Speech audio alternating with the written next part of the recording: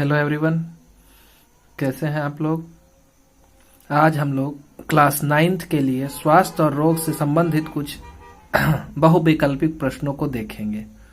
यह आपके क्लास के अतिरिक्त अच्छे तैयारी के लिए भी कारगर सिद्ध हो सकता है।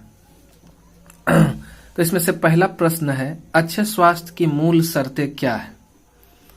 तो इसमें 4 ऑप्शन है। संतुलित आहार, व्यक्तिगत एवं घरेलू स्तर पर स्वच्छता, स्वच्छ भोजन, जल एवं हवा, और चौथा ऑप्शन है सभी।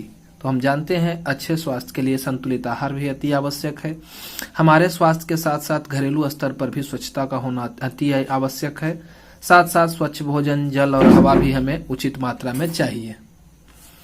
इनमें प्रश्न संख्या 2 को देखें। इनमें कौन आहार संतुलित न होने के कारण होने वाला रोग है। मतलब ये हुआ कि आहार अगर असंतुलित नहीं मिलता है तो कौन सी बीमारी होती है। पहला है हीनता जनित रोग, दूसरा है पायरिया, तीसरा है मुंह का कैंसर और दमा। तो आहार संतुलित नहीं होने की स्थिति में हीनता जनित रोग उत्पन्न होता है। भोजन में लौह खनिज की कमी से होने वाले रोग क्या कहलाते हैं। तो इसमें ऑप्शन है पायरिया, दमा, एनीमिया, यकृत कैंसर। तो लौह खनिज की कमी से होने वाला रोग जो है वो एनीमिया है। इसमें हीमोग्लोबिन की मात्रा कम हो जाती है और ऑक्सीजन की क्षमता घट जाने से व्यक्ति अस्वस्थ हो जाता है। इनमें किसके कारण मुंह के कैंसर होने की संभावना अधिक होती है। तंबाकू चबाने से, दूषित वायु में सांस लेने से, मच्छर के काटने से, असंतुलित भोजन करने से। तो मुंह का कैंसर तंबाकू चबाने से होता है। शरीर के जोड़ों को प्रभावित करने वाला रोग कौन सा है। ऑप्शन है हेपाटाइटिस, गठिया, क्षय रोग, डायरिया। उत्तर है गठिया रोग जोड़ों को प्रभावित करता है। प्रश्न संख्या 6 को देखें। वैसे संकेत जो शारीरिक अंगों के सामान्य कार्य न करने से मिलते हैं तथा जिसे केवल रोगी ही महसूस कर सकता है, क्या कहलाता है। तो इस तरह के रोग, इस तरह के तीव्र रोग, चिरकालिक रोग, रोग लक्षण, इनमें से सभी। तो उत्तर है इसका रोग लक्षण, है ना। संकेत के बारे में पूछ रहा है तो शारीरिक काम, अंगों के काम न करने से रोग लक्षण हमें दिखाई देते हैं। प्रश्न संख्या 7 को देखें।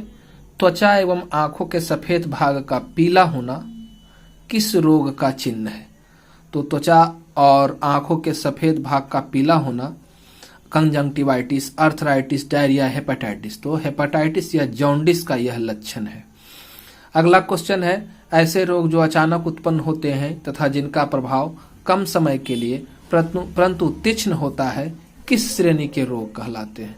चिरकालिक, तीव्र रोग, संक्रामक रोग, कृमि जनित रोग। तो इस तरह के रोग जो अचानक उत्पन्न होते हैं उसे तीव्र रोग कहा जाता है। अगला प्रश्न संख्या 9 को देखें। वैसे रोग जो शारीरिक रचना, शारीरिक क्रियाओं के दोष के कारण स्वास्थ्य को प्रभावित करते हैं, क्या कहलाते हैं। वैसे रोग जो शारीरिक रचना तो ये आंतरिक कारक से उत्पन्न होने वाले रोग, बाह्य कारक से उत्पन्न होने वाले रोग, संक्रामक रोग, अनुवांशिक रोग। तो इसमें शारीरिक रचना को प्रभावित करने वाले कारक जो है वो आंतरिक कारक से होने वाले रोग हैं। प्रश्न संख्या 10 को देखें। वैसे रोग जो बच्चों के जन्म काल से अपने माता पिता से प्राप्त होते हैं उसे क्या कहते हैं। संक्रामक रोग ऑप्शन है, तीव्र रोग, चिरकालिक रोग, अनुवांशिक रोग। तो इसका उत्तर है अनुवांशिक रोग। हिमोफीलिया किस श्रेणी का रोग है। और ऑप्शन है तीव्र रोग, चिरकालिक रोग, अनुवांशिक रोग, वायरस जनित रोग। तो उत्तर है हिमोफीलिया जो है वह अनुवांशिक रोग है। एक पीढ़ी से दूसरी पीढ़ी में स्थानांतरित होता है ना। इस बीमारी में खून नहीं जमता है। भीमकाय या जायगेटिज्म किस श्रेणी के रोग है। भीमकाय या जायगेटिज्म ऑप्शन है हार्मोन की गड़बड़ी से होने वाला रोग, तीव्र रोग, चिरकालिक रोग, जीवाणु जनित रोग। उत्तर है हार्मोन की गड़बड़ी से होने वाला रोग। इंसुलिन नामक हार्मोन के स्राव में गड़बड़ी होने से होने वाला रोग कौन है। तो इंसुलिन, भीमकाय, मधुमेह, अमीबीय, पेचिस, निद्रा रोग। तो इसमें उत्तर जो है वह मधुमेह है। इंसुलिन की कमी के कारण यह बीमारी मनुष्य में उत्पन्न होती है। आगे प्रश्न संख्या 14 को देखें। वृद्धि हार्मोन के ज्यादा बनने के कारण होने वाला रोग बताएं। तो वृद्धि हार्मोन, पीलिया, निमोनिया, जायगेटिज्म, चेचक। उत्तर है जायगेटिज्म। सूक्ष्म रोगाणु के कारण मनुष्य में होने वाले रोग किस श्रेणी में आते हैं? उत्तर है बाह्य कारकों से होने वाले रोग, है ना। इसके ऑप्शन और भी है। तीव्र रोग, आंतरिक कारकों से होने वाले रोग, चिरकालिक रोग, बाह्य कारकों से उत्पन्न होने वाले रोग। इनमें से कौन संक्रामक रोग है? डिप्थीरिया, रेबीज, कालाजार एवं सभी। तो डिप्थीरिया भी बैक्टीरिया से होता है, रेबीज वायरस से होता है, कालाजार फ्लीबोटोमस आर्जेंटिपस के द्वारा फैलाया जाता है। तो ये भी संक्रामक रोग है। 17 नंबर प्रश्न संख्या, ऐसे रोग जो मनुष्य संक्रमण अभिकर्ताओं जैसे रोगाणुओं के कारण नहीं होते हैं क्या कहलाते हैं? तो ऑप्शन है संक्रामक रोग, असंक्रामक रोग, चिरकालिक रोग, तीव्र रोग। तो जो रोगाणु से नहीं उत्पन्न होंगे तो उसे असंक्रामक नॉन इन्फेक्शियस डिजीज कहा जाता है। 18 नंबर प्रश्न संख्या, अमीबीय पेचिस निम्नांकित में से किस प्रकार के रोगाणु के संक्रमण से होता है? प्रश्न ऑप्शन है बैक्टीरिया, वायरस, प्रोटोजोआ, कृमि। तो अमीबीय पेचिस जो है प्रोटोजोअन से होता है। इंटामीबा हिस्टोलिटिका नामक प्रोटोजोअन से यह बीमारी फैलती है। प्रश्न संख्या 19 को देखें। इनमें कौन वैसे श्रेणी का रोग है जिनके उपचार के लिए दिए गए औषधि से केवल रोग के लक्षण ही ठीक हो पाते हैं, मूल रोग नहीं? तो इन्फ्लुएंजा, मलेरिया, फाइलेरिया, ट्यूबरकुलोसिस।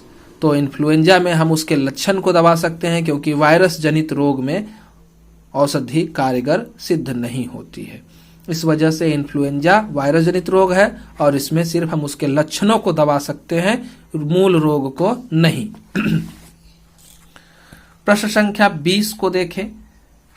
इनमें से किस रोगाणु पर प्रतिजैविक एंटीबायोटिक औषधियों का असर नहीं होता है? तो अभी चर्चा किया गया 19 नंबर प्रश्न संख्या में bacteria, virus, protozoa, fungi option है, तो उसमें उत्तर जो है वह वायरस है। प्रश्न संख्या 21 को देखें।